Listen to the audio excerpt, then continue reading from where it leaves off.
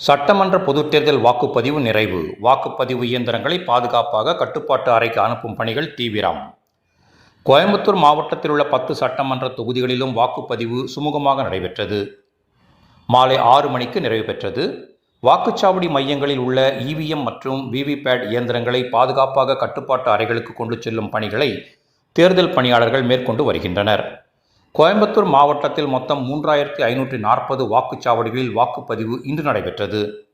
மாலை 5 மணி நிலவரப்படி கோயம்புத்தூர் மாவட்டத்தில் மொத்தம் 82.33% வாக்குப்பதிவு பதிவாகியுள்ளதாக தெரிவிக்கப்பட்டுள்ளது. காலை 7 மணி முதல் மாவட்டத்தில் உள்ள அனைத்து வாக்குச்சாவடி மையங்களிலும் வாக்குப்பதிவு விறுவிறுப்பாக நடைபெற்று பொதுமக்கள் நீண்ட வரிசையில் காத்திருந்து தங்களது ஜனநாயக கடமையை ஆற்றினர். இந்த நிலையில் பிற்பகல் வெயில் காரணமாக வாக்குச்சாவடிகளுக்கு வரும் வாக்காளர்களின் எண்ணிக்கை சற்றே குறைந்தது. பின்னர் மாலை நேரத்தில் வாக்குப்பதிவு விறுவிறுப்பாக நடைபெற்றது.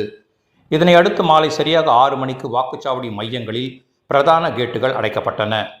இதனைத் தொடர்ந்து வாக்குப்பதிவான இயந்திரங்கள், வாக்குச்சாவடி மையங்களில் தேர்தலுக்கான பயன்படுத்தப்பட்ட பொருட்கள் மற்றும் படிவங்களை வாக்குச்சாவடி முகவர்களின் முன்னிலையில் தேர்தல் அலுவலர்கள் சரிபார்த்து பெட்டிகளில் வைத்தனர். பின்னர் வாக்குச்சாவடி மைய அதிகாரியின் முன்னிலையில் ஆவணங்கள் சரிபார்க்கப்பட்டு வாக்குப்பதிவு இயந்திரங்கள் சீல் வைக்கப்பட்டு மாவட்டத்தில் உள்ள கட்டுப்பாட்டு அறைக்கு கொண்டு செல்லும் பணிகள் மேற்கொள்ளப்பட்டு வருகிறது.